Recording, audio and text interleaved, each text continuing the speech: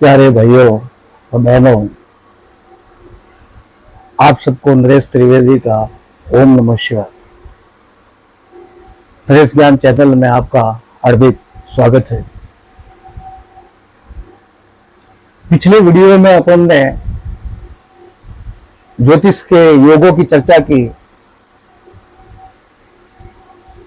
वट सावित्री व्रत जो बहनों के लिए बनाया वीडियो, उसकी भी चर्चा की। आज अपन फिल्म अभिनेता अक्षय कुमार, जो फिल्म सिटी में बहुत ही प्रसिद्ध है, उनकी कुंडली का चंद्र कुंडली और हॉरोस्कोप जन्म कुंडली दोनों का जो है स्टडी करेंगे। वीडियो चालू करने से पहले आप सभी से नम्र निवेदन है कि नरेश ज्ञान चैनल को अगर सब्सक्राइब नहीं किया है तो कृपया सब्सक्राइब करें, जिससे आने वाले वीडियो की सूचना आपको तुरंत मिल सके। इसके लिए आपको पहले से ही बहुत बहुत धन्यवाद। क्या है इनकी कुंडली में ऐसे योग?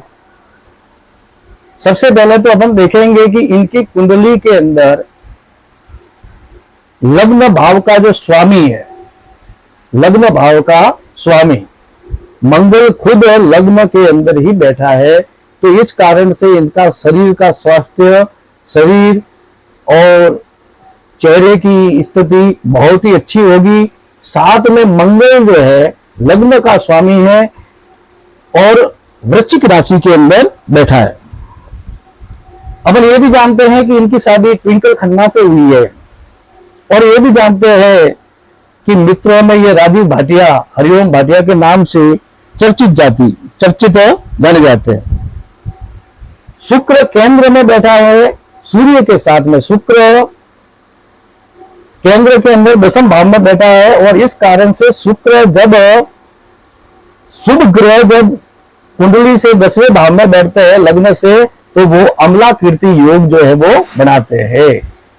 चंद्र कुंडली के अंदर देखें तो चंद्र कुंडली से भी 10वें भाव में गुरु बैठा है, उच्च का बैठा है। पंच महापुरुष में वो सस योग भी बना रहा है, ये पंच महापुरुष में ये वो हंस योग भी बना रहा है, साथ में अमला कीर्ति योग भी बना रहा है।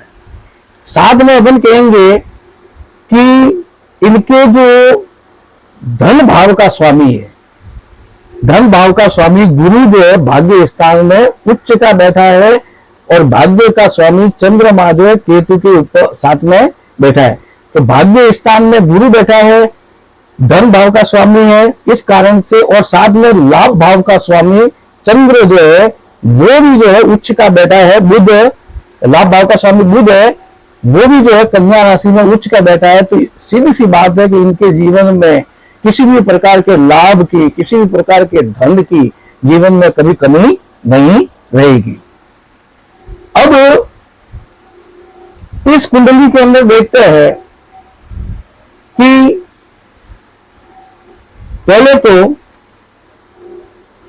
अगर अपन यहां पर देखेंगे दाम्पत्य सुख का कारक, दाम्पत्य सुख का कारक शुक्र केंद्र में है सूर्य के साथ में, और दाम्पत्य का मालिक भी है शुक्र, और साथ में मंगल की दृष्टि है, साथ में शनि की दृष्टि है, और साथ में मंगल की दृष्टि है, साथ में शनि की दृष्टि है, शुक्र सूर्य के साथ में। तो इनका जीवन, दाम्पत्य जीवन कुछ विवादास्पद भी रहेगा, कहीं ना कहीं थोड़ा बहुत विवाद रहेगा। चंद्र कुंडली से भी केतु और राहु जो है सप्तम भाव पे यानी दाम्पत्य स्थान पे जो है केतु राहु का प्रभाव है, साथ साथ में शनि भी पास में है, तो इनके जीवन में कुछ न कुछ विवाद रहेगा। लेकिन फिर भी चंद्र कुंडली में लग्नेश जो है मंगल जो है स्वराशि का है, और शुक्र केंद्र में है, और शुक्र केंद्र में है, तो इस कारण से दाम्पत्य जीवन इनका चलेगा। फिर इसी प्रकार से अपन देखते हैं कि विद्या स्थान में शनि बैठा है, विद्या स्थान में शनि बैठा है, विद्या स्थान का स्वामी गुरु उच्च का है, बुध जो है बुद्धि का कारक है, बुध भी उच्च का है। तो इस कारण से इनकी ऐसे व्यक्तियों की बुद्धि बहुत तेज होती है, बहुत तीव्र बुद्धि वाले होते हैं, सामने वाले व्यक्तियों का हाव भाव जानने वाले होते हैं, तथा ऐसे व्यक्ति साइंस, अध्यात्म तथा गणित, अकाउंट के जैसे कार्यों में रुचि रखने वाले होते हैं।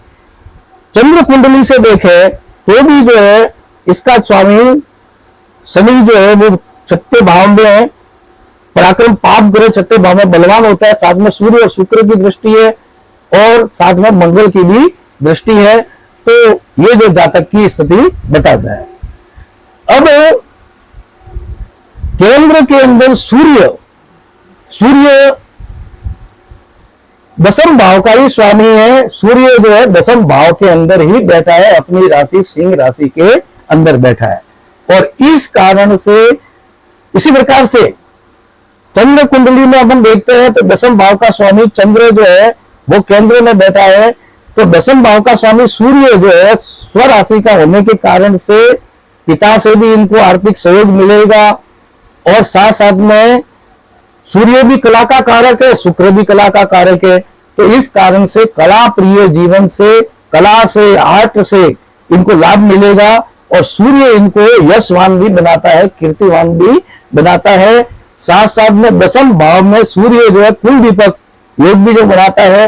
तो इस प्रकार से ये जो है सूर्य है। आयु स्थान का स्वामी की बात करें तो आयु स्थान पर मंगल की दृष्टि है। साथ साथ में आयु स्थान पर यहां पर अपन देखेंगे तो इस सातवीं दृष्टि मंगल की, आठवीं दृष्टि मंगल की है। ये यहाँ पे 7 और 8 आयु स्थान पर मंगल की दृष्टि है। और यहां पर इस चंद्र कुंडली में मंगल की 7वीं दृष्टि है और साथ में शनि की 3री दृष्टि है चंद्र कुंडली में। तो इनके जीवन में कभी कभी अकस्मात योग जो है वो घटना जो है वो आकस्मिक दुर्घटना जो है वो जीवन में होती रहेगी। कभी भी आकस्मिक घटनाएं का जीवन चलता रहेगा। अब आयु की बात करें तो आयु स्थान का कारक शनि पंचम भाव में अच्छा है। साथ साथ में आयु का स्वामी बुध उच्च का है। अकस्मात होते रहेंगे लेकिन बुध जो है आयु स्थान का स्वामी वो उच्च का है। चंद्र कुंडली से देखे तो शुक्र जो है द्वादश भाव में है और जो है शनि भी छठे भाव में बलवान है, इसमें भी बलवान है। इसलिए ऐसे व्यक्तियों की आयु जो है पूर्ण होगी, आयु जो है वो अच्छी होगी। तो आयु जो है वो अच्छी होगी। अब इस कुंडली में अपन देखते हैं तो मंगल जो है पंच महापुरुष में रोचक योग बनाता है। साथ में अपन देखते हैं चंद्र कुंडली के अंदर गुरु जो है वो हंस नामक राजयोग जो है वो बनाता है। साथ में अपन ये भी देखते हैं कि चंद्र और गुरु एक दूसरे से केंद्र में है। चंद्र और गुरु एक दूसरे से केंद्र में है, इसलिए इस कुंडली में गज केसरी योग नामक का राजयोग भी बन रहा है। शत्रु की बात करें तो सप्तम भाव में राहु है, केतु की दृष्टि है। सप्तम भाव का स्वामी मंगल उच्च का, तो शत्रु तो हो गए इनके, लेकिन छठे भाव के अंदर राहु होने के कारण से ये शत्रु विजयी हो गए, शत्रु इनके परास्त हो गए। चंद्र कुंडली के अंदर भी देखेंगे तो चंद्र कुंडली में गुरु है, शत्रु स्थान का स्वामी उच्च है, साथ में तो शत्रु तो हो गए, लेकिन चंद्र कुंडली के अंदर भी षष्ठम भाव में यानी शत्रु स्थान में शनि है, पाप ग्रह षष्ठम भाव के अंदर बलवान होता है। इसलिए ऐसे व्यक्ति शत्रु विजयी हो गए, इनके शत्रु जो है वो परास्त होते रहेंगे। अब यहां पर अपन देखते हैं कि द्वादश भाव में केतु और चंद्र है। द्वादश भाव में राहु, केतु या शनि या मंगल, सूर्य स्थिति, इधर अपन देखेंगे कि द्वादश भाव का स्वामी चंद्र कुंडली में बलवान होकर उच्च का बैठा है। इसलिए ऐसे व्यक्तियों की विदेश यात्रा भी होती है, विदेश भी जाते हैं और जितना इनका आय होता है खर्चे भी करते हैं, ऐसे व्यक्ति खर्च भी करते हैं। तो इनका जो कला के जीवन में, कला प्रिय जीवन में ये जो है वो व्यक्ति का खर्चा होता है, खर्चा जो है वो होता है। साथ में विदेश यात्रा भी होगी। साथ में अपन देखेंगे कि केतु, चंद्र भाग्य स्थान का स्वामी है और केतु जो है द्वादश स्थान में मोक्ष स्थान में बैठा है। धर्मेश और मोक्ष स्थान का स्वामी, ये मोक्ष का कारक केतु जो है वो इस चंद्र के साथ में है और इस कारण से ऐसे व्यक्तियों का मृत्यु के समय, मृत्यु के पश्चात मोक्ष भी होता रहता है। ऐसे व्यक्ति केतु द्वादश भाव में मोक्ष का कारक होता है, क्योंकि केतु को मोक्ष का कारक माना गया, ध्वजा माना गया है, तो भाग्य की भी वृद्धि करता है, साथ साथ में मोक्षदायी भी है। तो इतना कहकर के मैं अपना वीडियो जो है वो समाप्त करता हूं।